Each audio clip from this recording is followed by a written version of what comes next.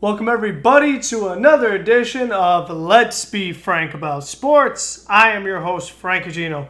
Week 12 of the NFL is over, and it was a pretty interesting week because you have the Jets, who all of a sudden are a hot team, and they now are on a little bit of a winning streak, not against the greatest competition in the world, but still, this is a game that they weren't really expected to win when you think of the records of the two teams and the way they have been playing recently.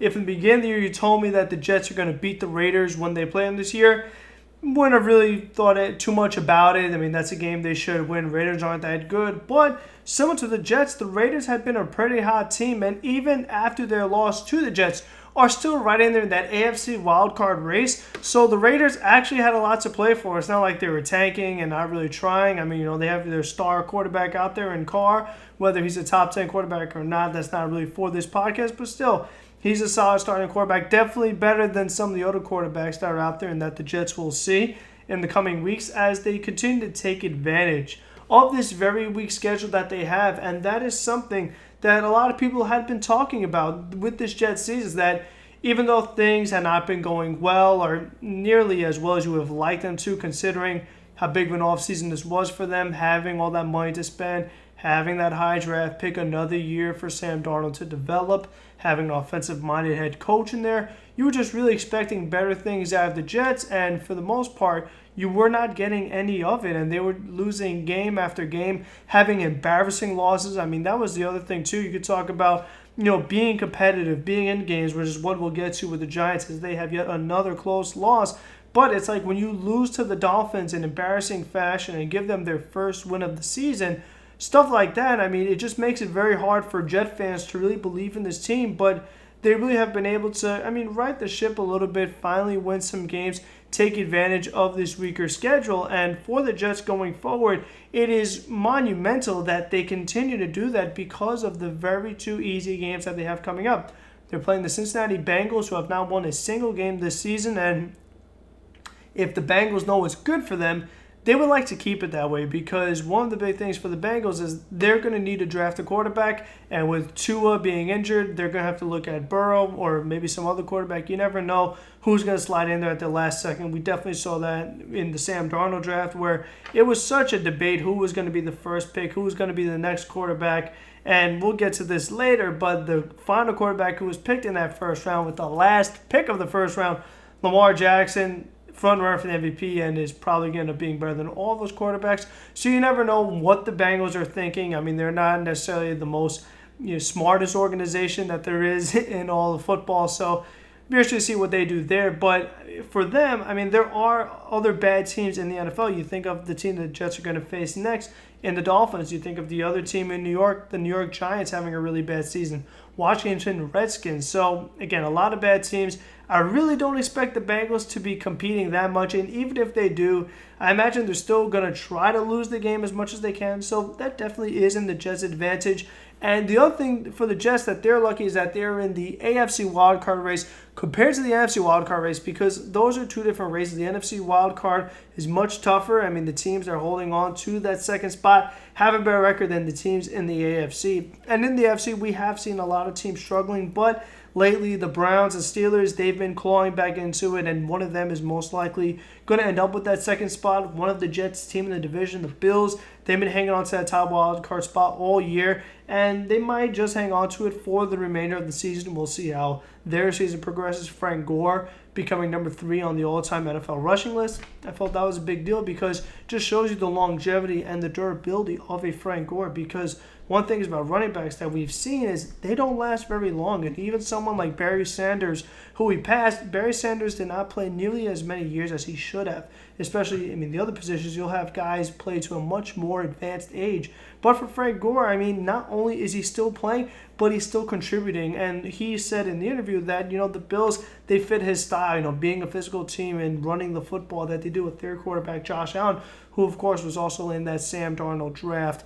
But for the Jets, it's not so much the fact that they beat the Raiders, but that they had a really nice all-around game, winning 34-3, good on offense and good on defense. That is definitely very encouraging for this team because, like I said, things had just been going so bad for them. And one of the other big things was that whole idea of seeing the ghost for Sam Darnold. Obviously, everybody mocked at that. So did I, with me being scared of the ghost in the thumbnail for that particular podcast. But still, Sam Darnold has shown a lot of improvement from then, and obviously it helps that he's not facing the Patriots anymore, who had this historic defense all the time. Looked like they were going to be undefeated until the Ravens beat them. But still, they made things very, very difficult on Sam Darnold. And the week after that, the Jaguars, they were not letting up on Sam. But in this game, he only got sacked once. And I thought that was really encouraging. yes, you had the other time he was brought down. They called roughing the passer, whether you want to debate there or not. The bigger play was the pass interference that was called against the Jets. I really did not like that call at all. And the Demaryius Thomas touchdown, I really feel like that should have stood. And everyone else agreed. But all in all, even though the Jets weren't able to get a touchdown out of it, the fact that they didn't really let that spiral and they just stayed what they were doing and they were able to put up this many points, I think that's really good. Because the other thing is that we were talking about Sam Darnold struggling, and all of a sudden we found ourselves questioning, is he the guy at quarterback? And that's a really big deal because you just spent a top draft pick 2 years ago on him. You really don't want to find yourselves drafting another quarterback that high again. That was something that I was considering, because if he was seeing ghosts and he was going to perform this badly and be getting worse and be worried about his spleen with the whole mono thing that happened in the beginning of the year, I just wasn't quite sure if Sam Darnold was the guy. He's starting to prove to me and others that maybe he is the guy. The thing is that he has had a up and down career so far. So it's going to be interesting to see how he finishes this season as well. And to go along with that, I do think it's also interesting that as the offense is improving and as Sam Darnold is improving, what do you want to do with the head coach? Now, I'm not going to defend Adam Gase. I'm not going to say he's a great coach. I understand why everybody feels really bad about him, why Jet fans want him fired. I completely get that. He definitely does not set across the right message. He doesn't come across as a player's coach with all the injury grievances that have been going on with the Jets. And just his persona in the press conferences and what you can see from the sidelines, doodling by himself and whatnot. But still, I just think for this young quarterback, if he's starting to develop and play better, I think you hold on to the coach just a little longer. You're not going to slide him down to the offensive coordinator, because here's the thing. I don't want Sam Darnold in another system. Whether the coaches, I know some people want Mike McCarthy, or maybe you want one of these other college coaches that are out there. Still, whether that coach is better than Adam Gase or not, I just don't love Sam Darnold already learning another offense. I say give Gase one more year, because as of right now, this Jet team is not ready to compete anyway. So you just have to keep developing the quarterback. And one of the things that I did like was this whole report that Sam Darnold is running plays by Adam Gase and concepts, and they're incorporating that. I think that is extremely, extremely important for the development of a young quarterback. You have to put them in a system and plays they are comfortable in. And I think to go back to them, because they just finished it with the last game of the week, the Baltimore Ravens are a great example of that, because Lamar Jackson, coming out of college in Louisville, people wanted to be a wide receiver. They wanted him to be a running back. He cannot throw the ball good enough. He won't be a good quarterback in this league. And then Lamar Jackson has the winning season with the Ravens. They sneak into the playoffs. Doesn't throw the football particularly well in that playoff game against the Los Angeles Chargers. So again, you have your doubters. But then Greg Roman, John Harbaugh, and even the GM Eric DeCosta, they asked new pieces of Mark Ingram, change some things up with the offense, make it more college-like, more run-heavy, throwing to the tight ends, having the tight ends be really good blockers, and just put Lamar Jackson in a completely different system, and he has excelled as now the MVP frontrunner just by changing the system. Yes, there was improvement by Lamar. Yes, these other pieces like a Mark Ingram and drafting a Hollywood Brown have made a big difference for Lamar, but still, just the fact that he is so comfortable in the system that they are running. And if Sam Darnold is starting to get comfortable in Adam Gase's system, whatever you think about him as a coach, I do think that you have to just continue to see how it goes. If all of a sudden teams are starting to adjust to what the Jets are doing on offense, and Sam Darnold and Adam Gase aren't able to figure out those adjustments and readjust to be successful again, then you can move on from him. And when you feel that this team is more ready to compete and that Sam Darnold has more experience and you believe that he could handle another system, then yes, you could fire the head coach. But as of right now, the most important thing is developing that quarterback, because like we say, it is such a quarterback-driven league. You need your quarterback to perform if you want to be a successful team in the NFL. So you just have to keep doing what you're doing. I like that Le'Veon Bell, he had a really nice catch early in this game, the one-handed catch against Swearinger. I thought that was a very nice play by Le'Veon. And he had 5 catches this game for 59 yards, caught all of his targets. He ran it a little bit, 4.1 average. He also had Bilal Powell getting involved. So all that is good and all the time. Montgomery trying to get him incorporated the offense. Couldn't do much running the football, but he is more of a receiving back. You saw that in the nice screen pass to him. But, I mean, the most important thing is that the Jets were able to get up over 30 points. Yes, they got a nice pick six by Brian Poles. Really nice pick six, actually, the way he was able to grab the ball one hand. Game was already out of reach at that point. But just the fact that the Jets defense was able to play well and the Jets offense was able to play well, Sam Darnold was not under that much pressure. He was able to get the ball to a lot of different targets. And one of the targets that really stands out, the leading receiver for the Jets in this game, Robbie Anderson with 4 catches for 86 yards and a touchdown. I am very happy that the Jets decided to keep Robbie Anderson around because, like I said, the development of the young quarterback is so key. And he needs to have a chemistry with his receivers. And it is very clear that Sam Darnold and Robbie Anderson do have a connection. You noticed that last season when you saw Robbie get better as the season progressed. And now every week he's getting a touchdown. Really nice catches down the field. There was one later in the game on the right side of the field. There was a lot of Raiders defensive backs over there. Robinson was able to jump up and catch it. He's jumping into the crowd and celebrating. So I just think that he's someone that in the offseason you got to make sure that you keep because Robbie Anderson is not one of the best receivers in football, but he works with Sam Darnold. And again, it's just those little things that are so important. And if he's still young and is showing you improvements as well, I think you keep Robbie Anderson around because, I mean, how else is Sam Darnold going to get better? Because you see some of these other teams that if they have injuries or if players are dropping the ball, you think of what happened to Carson Wentz in the Eagles game with all the injuries they've had and the drop passes that they've had this season. Carson Wentz not looking like the quarterback that he once did. So I do think that is something important to consider. But obviously you do want other receivers on this team. You could add another tight end and what have you. And definitely make the defense better. We'll see what happens once C.J. Mosley and Avery Williamson are healthy. I think that's going to be really key for this Jets defense. I mean, your middle linebackers are the quarterbacks of your defense. I mean, that's what C.J. Mosley can do for defense, so they will be improved there. They're going to need more depth because you have to hope that C.J. Mosley and Avery Williamson could return to their former selves once they are back. You're going to need someone to replace Jermaine Johnson, and I'm not saying that as a comment to Johnson. I'm just saying that corners are an important thing in this league, and you know what? Because it's just so recent, the Ravens are a good example of that because of the defense they've built using cornerbacks. The trade for Marcus Peters has made a big difference for them because it allows you to do different things with your coverage when you have corners that could defend all these different receivers on an NFL team. So the Jets, cornerback is a position that they have to address. Luckily, they have Jamal Adams and Marcus May back there as their safeties. I would consider a long-term deal for Jamal Adams now. I mean, after we had that whole hiatus with the trade deadline and, taking the Jets out of his buyout earlier in the season and all the different off-field controversies that have gone on with him, he is a very, very talented player. He obviously showed that to you in the Giants game, and he was all over the field in this game and is someone that you do want to keep going forward because you don't really get those guys like this. I mean, they are hard to find, someone of Jamal Adams' caliber, especially someone who actually performs and you could see it with your eyes and you can see it in the stat sheet that Jamal Adams is making things happen compared to Leonard Williams, who the Jets traded and has not done anything for the Giants quite yet, but he's almost there and stuff like that. That doesn't matter. I mean, Jamal Adams is a big-time player in this league, another guy you want to retain. And for the Jets, it's like, don't blow it. You have to win the Bengals game because they have not won a game this year.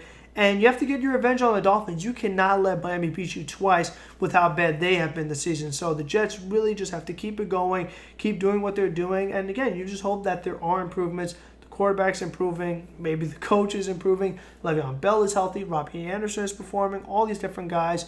Again, just very important. Then for the Giants, I mean, it just seems like it's the same story every week where Daniel Jones has a pretty nice game. Defense doesn't look too great. Saquon Barkley still doesn't look healthy. Darius Slayton with some nice catches. Golden Tate with some nice catches. But the most important thing, Giants suffer another loss. And it's just like, okay, they could get some points late. You know what I mean? They get a touchdown in the fourth quarter after the only touchdown in the second quarter. But it's always like too little too late, and it isn't enough. And for Daniel Jones, I mean, he was under a lot of pressure in this game as well We saw him lose another fumble, and it cost the Giants big time. But of course, it was a blindside strip sack from Khalil Mack. And there is no shame in that because Khalil Mack is one of the very best pass rushers in all of pro football. And it kind of puzzling that Nate Solder had him blocking him one-on-one. Khalil Mack goes right around him and strip sacks Daniel Jones. And it's just like, if you know Nate Solder has struggled and you know how good Khalil Mack is, you have to do more to accommodate to him. You got to put 2 guys on him. You got to put 3 guys on him. Even whatever it takes, you can't let Khalil Mack have that kind of impact on you. Yes, the Bears do have other talent on their defense. They're built around their defense. I mean, excuse me, this was not a pretty game to watch, especially when you look at the other side for the Bears, Mitch Trubisky. I mean, he's missing a ton of passes, but the other problem is that he had so much time in the pocket. Eventually, Mr. Trubisky is going to be able to make some plays and complete passes and beat the Giants, which he did in this game. There was a play that really stood out to me where the Giants had the Bears backed up to their end zone, and Mitchell Trubisky is standing in the end zone. He's standing, and he still has such a clean pocket, so much time, and he was able to get rid of the ball, and the Bears just go right down the field. And there was another play where, after a hold by the Bears, Mr. Trubisky is still standing in front of the end zone and is in the very beginning of the end zone, and the Giants still can't get pressure on him, and he runs for a first down on 3rd down. So it's just like you can make the trade for Leonard Williams. You give up a couple draft picks with the intention of re-signing him, but Marcus Golden, he's had a nice year. He had another sack in this game. But, I mean, pass rush, unless you have a Khalil Mack, I mean, you need a lot more than that. You just have to get constant pressure on the quarterback. You maybe need someone on the interior. You need someone on the outside. Maybe your linebackers have to blitz more. And in order to do that, you need to have a better secondary. Janoris Jenkins, I really don't think you're going to re-sign him because it's like you can't blitz if you don't have the secondary to guard with having less guys helping you out as far as it is the linebackers or you want to drop defensive lineman back. Whatever you want to do defensively, it's just like the Giants need a lot more because Daniel Jones is going to have a nice game, but it's like if Evan Ingram is always going to be hurt, and now Shepard finally came back after he was hurt for a while. Now Golden Tate is hurt, and Saquon Barkley is dealing with some injuries, and then Gallman's been hurt. I mean, you need more depth on this team. You obviously need a better offensive line because for years, these guys, if it's Eli Manning or Daniel Jones, they're under pressure. So the Giants have tried to do a lot of different things. They've had multiple different offensive linemen on this team.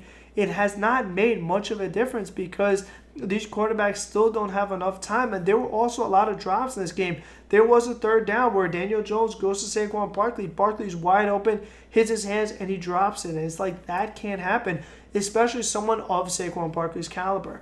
I know Saquon is dealing with some injuries. I do give him a lot of credit for still wanting to play, even though he shouldn't be playing because he's someone that is so important. You should be resting him. But it's like, injured or not, if you're wide open and the ball hits your hands, you really should catch that. So that was an unfortunate play there. And then for the defense, not being able to get the pressure on Mitch Trubisky, and you have Rosas, who's been missing a lot of kicks. It's a lot to do, and when you're a team that you have money committed to Nate Solder, and luckily you have Eli Manning's contract coming off the books and Janoris Jenkins' contract coming off, you have money committed to Golden Tate and a bunch of players all over the team, it's going to be really hard to address so many areas in such a little time, and you just have to do it little by little, whether it's through the draft. I mean, the Giants are going to have one of the top draft picks. At this point, you might as well tank because it's like there's so many football teams that are out there. You have to get one of the top pass rushers, and if you can't, you're going to have to get an offensive lineman. But it's like when you have this many bad teams, it's hard to get the very, very best of the draft when you have other teams picking in front of you.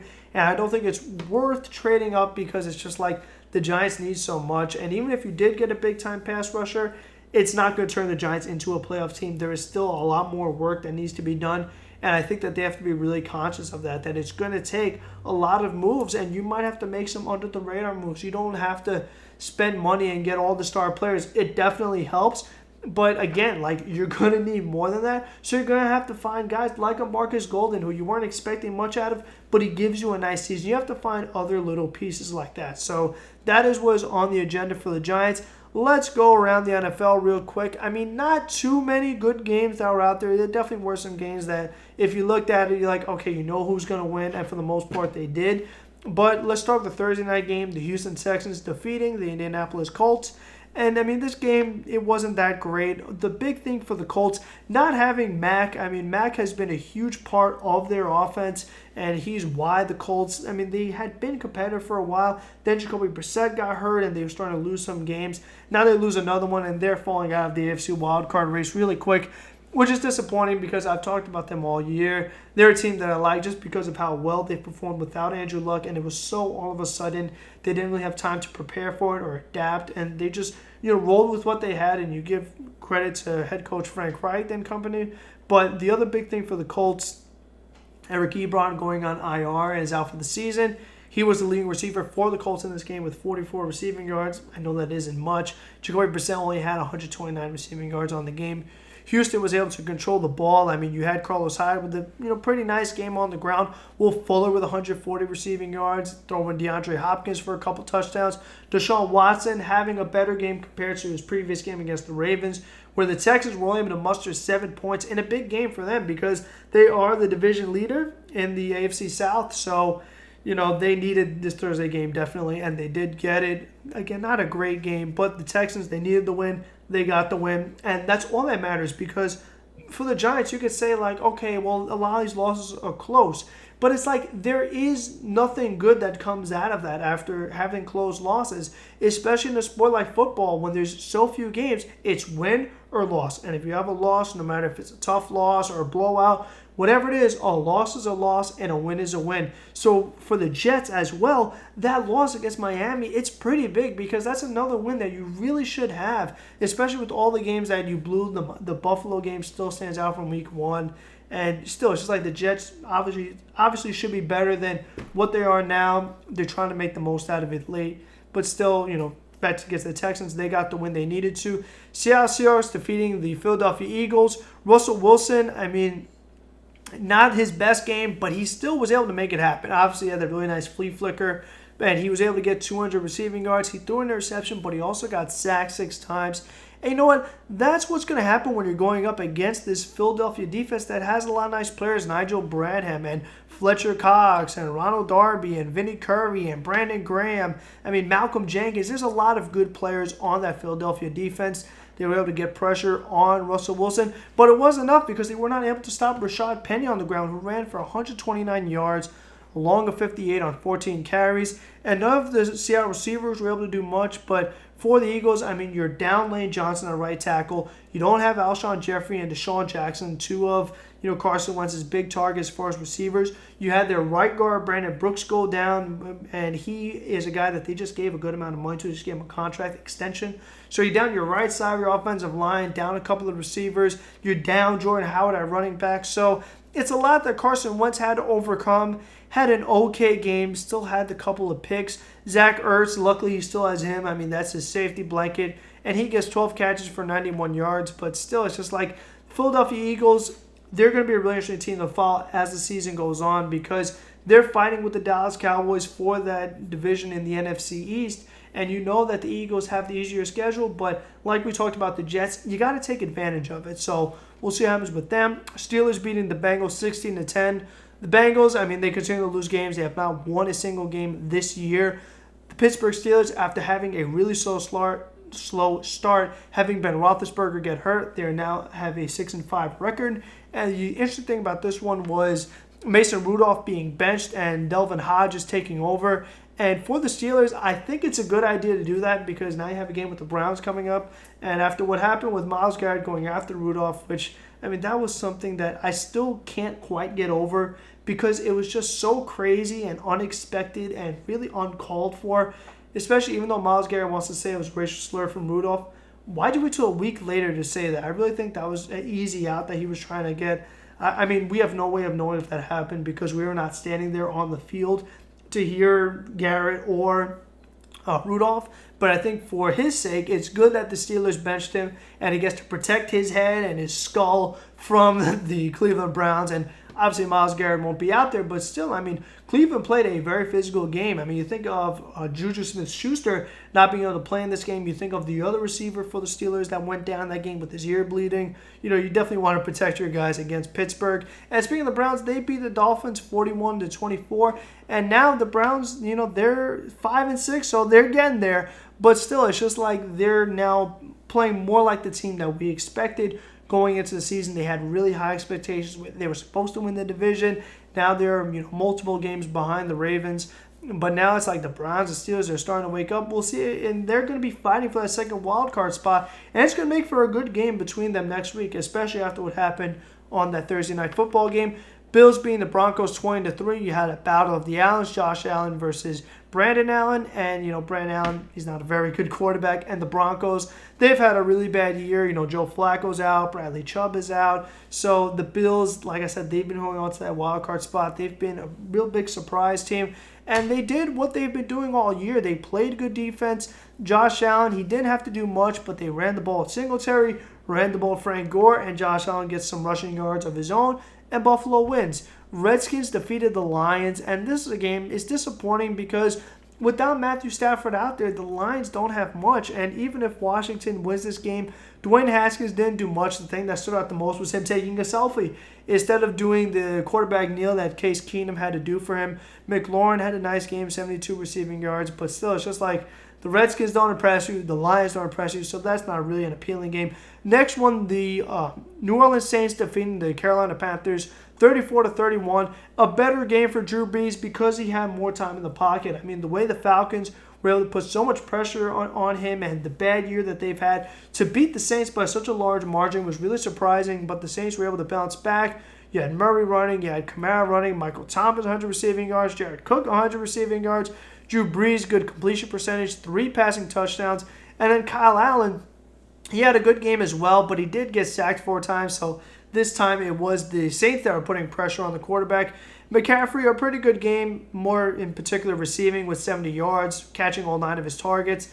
But, I mean, the Panthers, they were able to keep it close, and they're a team that, with the way the NFC wildcard is, I just don't think they're going to have quite enough. They've been a nice story, and Kyle Allen's done a good job, so it's going to be curious to see what they end up doing with Cam Newton and his injuries. Will they trade him? I think that's a good idea because with quarterbacks, for some teams, it is so hard to find one that maybe a team like the Bears, which is one of the rumors we've heard. You look at how bad Mitchell Trubisky has been. I feel like the Bears would be willing to give up a ton to get Cam Newton. I know they gave up a lot to get Khalil Mack, but quarterbacks are just so important. I think it is worth at least trying because it's definitely a better option than Mitchell Trubisky. Next game, the Tennessee Titans defeating the Jacksonville Jaguars 42-20. This was an interesting game because, once again, Derrick Henry ran all over the opposition. 159 yards, 74 long, average of 8.4, ran for 2 touchdowns. Ryan Tannehill ran for 2 touchdowns. And he had that one scramble where he just jumped. He gets tackled and he flew. I mean, he literally flew in the air, ended up with a touchdown. That was impressive. And for the Titans, I mean, they're another team that they don't really know what they're exactly going to do at quarterback now that Tannehill's been playing these games in place of Mariota. And Tennessee is just one of the teams that they hang around, and they're 6-5. So they're going to try to battle for the wild card too. For Jacksonville, they still have not been able to quite find that success that they did when they were a team that was in the AFC Championship game a couple of years ago with Blake Bortles as their quarterback. Yes, Nick Foles, he had a pretty nice game, 272 receiving yards. He got sacked 3 times. Leonard Fournette was able to run the ball well. But it's just like when Tennessee is running all over you, Henry, and then Tannehill's running all over you, and they score that many touchdowns, I mean, Nick Foles and company are not going to be able to match that. That's not what you hope for Jacksonville because what made them a conference championship team was how good the defense was. It was not Blake Bortles. It was Calais Campbell putting pressure on you. It was the coverage of Jalen Ramsey, who was no longer with the Jaguars, and they just had so many good players on defense that is why they were successful. Patriots defeating the Cowboys 13-9. This is a game that's been talked about a lot because now we're talking about, how could you hand the ball up to Ezekiel Elliott against the Vikings? Oh, what a mistake. Now it's like, how could you have Dak Prescott pass the ball? He was having such a bad game after he had such a great game against the Vikings. So the Cowboys, they've been a very interesting team. And now this rumor, this is the one thing I do want to talk about as well. I hate this rumor that the Giants would consider Jason Garrett. I think that is a major mistake. And I don't know why you would ever consider someone who has just been associated with complete mediocrity. I mean, Jason Garrett, when have you ever said, wow, Jason Garrett is such a good coach. He's the reason why the Cowboys win. He's the reason why they're a good playoff team, because they're not a good playoff team. They've underachieved year after year after year, despite having so much talent. And Jerry Jones was saying that in the press conference after the game. So I really did not like that. And it's just like the Cowboys, they're probably going to win the division by default. We'll see what they do with the rest of their schedule and what the Eagles do. But still, it's just like, I don't know what it is that they need. I mean, again, it's just like quarterbacks are so hard to come by. Dak Prescott isn't consistent. Ezekiel Elliott, for the most part, I mean, he gives you a lot. You could do more for the defense, and I mean, you have some receivers. Amari Cooper was nowhere to be found, and that's concerning because he's been playing through some injuries, and the Cowboys gave up a lot to get him. And Jason Witten, he came back. He's not the Hall of Fame tight end that he once was. And for the Patriots, I mean, this is kind of what they've been doing recently. Really good defense, only allowing 9 points to the Cowboys. And then the offense not looking too great, only 13 points scored. Tom Brady going 17 of 37 for 190 yards. That is not a Brady stat line. Didn't do too much on the ground. Sony Michel had a pretty good game, but still, it's just like Patriots offense has not blown you away. And if for some reason they were going to meet the Baltimore Ravens in the playoffs again, I'm just really curious to see what happens because the Ravens beat them last time. If the Patriots continue to struggle like this and the Ravens continue to improve and blow teams out, you never know. Maybe the Ravens could upset them. It's unlikely probably because we know how good the Ravens looked in the regular season compared to what they did in the playoffs against the Chargers. It's going to be in Foxborough. That's definitely going to make a difference. But one of the things the Ravens' advantage is that they're a running team. And their offense and just their style of play, you really feel like it could translate to the road, whether it's Foxborough or anywhere else for that matter. Next game, Buccaneers beating the Falcons 35-22. This was a nice game because Jameis Winston threw for 313 yards, 18 out of 28. Like any Jameis Winston game, 3 touchdowns, 2 interceptions. You get good Jameis and you get bad Jameis. But still, the most important thing, it's a result business, especially in football. You get the win. And for the Falcons, I mean, Matt Ryan getting sacked 6 times. And how about the pick 6 from Vita Vea? I mean, the big defensive lineman. And I mean, not only his impact, but his size as well. You know, that was a good play. And it's just like the Buccaneers did to the Falcons, what the Falcons did to the Saints. The value of putting pressure on the quarterback. And that's what we're talking about with the Giants and with the Jets. You do have to make sure that that is a point of emphasis, especially when you look at the next game. San Francisco 49ers defeating the Green Bay Packers 37-8 on Sunday Night Football. And the Packers, they've had some struggles against big-time pass rush. Aaron Rodgers sacked 5 times in this game. And the 49ers, they are a team that definitely has made a conscious effort to get a really good pass rush, taking Nick Bosa with their top draft pick, getting another first-round pick in DeForest Buckner, and another first-round pick in Eric Armstead. All these guys on their pass rush that have made a big difference for them, have made the 49ers the really good team that they are, because Jimmy Garoppolo, he had 253 passing yards, and Tevin Coleman and the other running backs didn't do much for San Francisco, but it's just like, and George Kittle had a nice game, by the way. It was good to see him return and be able to be that really good tight end that we know he is. He's definitely dealt with some injuries lately, missed a lot of games. But, I mean, to do that to Aaron Rodgers, that is something that is, you know, very good for the 49ers. It's nice to see. And for Green Bay, it's, you know, very odd that 2 of their losses came against the Bosa brothers. You had Nick Bosa against the San Francisco 49ers, and then you had Joey Bosa when the Chargers beat them along, obviously, with Melvin Ingram. And then you also lost the Eagles. We talked about the pressure they had to put on Seattle, how Russell Wilson has been the other MVP candidate. So against these big-time pass rushes, the Green Bay Packers had not been able to perform. Brian Beluga, no surprise, went out in this game with an injury. It just feels like every year this guy is hurt. And, you know, the Packers, they have a lot of offensive linemen that they're ranked highly. I mean, David Bakhtiari, left tackle. Pro Football Focus always ranks him as a high left tackle. And Corey Linsley at center, they rate him high. Beluga's rated higher right tackle. But it's just like they have not been able to perform against these big-time pass rushers, and neither has Aaron Rodgers. So it's just like, if these 2 teams be in the playoffs, I think Aaron Rodgers is in trouble. I mean, what if you meet the Eagles or the Vikings? So the Packers, they have to hope that they get the right opponent. They need to hope that maybe they get a team like the Rams, who they were going to put some pressure on Lamar, but it's just like it did not matter. And like, I can't believe that the Ravens have not only been winning these games, but the margin of victory has been very, very impressive, because they're not supposed to blow these teams out. They were not supposed to beat the Patriots by a healthy margin, blow out the Texans, now blow out the Rams. I mean, 45-6 on the road. I mean, the Rams need this game much more than the Ravens did. And Lamar Jackson, the Jackson 5, throwing for 5 touchdowns. And, you know, you can just go on and on about all the good things the Ravens have done. But I just think that all in all, what's good about what they did, it's such a team performance. Yes, it is highlighted by Lamar Jackson. He obviously makes everything go. But it's just like the amount of production you get out of him, plus Mark Ingram, plus Gus Edwards, Justice Hill with a nice couple of runs. Then you'll throw it to Mark Andrews. Then you'll throw it to Nick Boyle. I mean, Boykin had a big catch there on by RG3 taking over for Lamar Jackson. Again, I mean, because of all these big victories, Lamar Jackson be able to take fourth quarters off. And that's pretty big because of his style of play, how much he's running, being able to save a couple tackles on him. I would like to see how many passing touchdowns he could have gotten in this game had the Ravens not pulled the plug on him. But it's just like, I mean, you have Willie Snead catch a touchdown. And it's just like there is some more. Hollywood Brown with a couple of touchdowns in this game. He almost had a third one, but he dropped the pass. I mean, Seth Roberts with a few catches. It's just such a team performance. And then again, making that trade for Marcus Peters, no matter how much trash he may talk during a game, when you have the combination of him, Marlon Humphrey, Brandon Carr, I mean, when you have all those good corners and Jimmy Smith, and you have Earl Thomas as one of your safeties, imagine if Tony Jefferson was still healthy.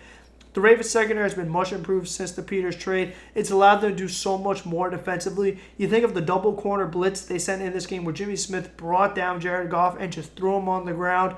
I mean, they have been playing a lot better. They're not using Michael Pierce right now because he's dealing with the ankle injury. Petco's filled right in, and their defense is still playing well. So, I mean, the Ravens, I mean, they're going to be probably the most interesting team to follow in the postseason because it's just like they're beating these better teams by a healthy margin. And I just think that game next week against the 49ers is going to be so fascinating because 49ers have been really good. The Ravens have been really good lately. I mean, these are two powerhouses going at AFC versus NFC. 2013 Super Bowl teams going at it. And I'm just curious to see that, this 49ers pass rush is really, really good. Has a lot of young players on it. But will it be able to stop this Ravens offense? And you feel like it should, and your head is saying it should. But you know what? You can't keep doubting the Ravens, I feel like, because, it's not just that they're beating these teams. Again, it's just the margin of victory to me. It's just very impressive, and I just think that they're riding a high right now. You think of the way Mark Ingram has just come in and promoted Lamar Jackson, become his hype man. That's something that they talked about on this broadcast, his press conference last week, the way he introduced Lamar. There's just something about them. It's not so much the talent. It's not the scheme. It's just the energy. It's just it's just like what they have going, the momentum they have going. I just think they're a tough team to slow down, and they're hot right now. And I do think that this game will definitely be close. I don't think the Ravens are going to blow them out, but I think the Ravens might surprise people and win that game against San Francisco just because, again, it's just like an X factor. It's not something that, again, you could just draw out with a playbook or with analytics. This team believes in Lamar Jackson. They believe in what they're doing. Again, they just have a lot of confidence. They're excited. They have good things going on both sides of the football. And I like the Ravens to win that game. And for the Jets and Giants, it's like continue to have Daniel Jones play well. That's the most important thing. It's all you really could do right now. Then in the offseason, you could do more. For the Jets, hopefully Sam Darnold continues to play well with Adam Gase as his coach, learn the system, and try to win for Baltimore. And you got to hope that maybe the Ravens will have the division so wrapped up, they'll take it easy on them and the Jets could sneak a win. But still, that's going to be a very tough task because even with RG3, they were saying this on the broadcast, RG3 doesn't run like he used to. But the Ravens aren't a terrible team with him out there. Nowhere near what they are with Lamar Jackson. But still, I mean, they are a tough task. I mean, all those corners against the Jets, that's going to be interesting too. But until the next one, have a good one, everybody, and happy Thanksgiving. We have 3 NFL football games. Enjoy them. Enjoy the food. Enjoy your family. And I'll see you next time.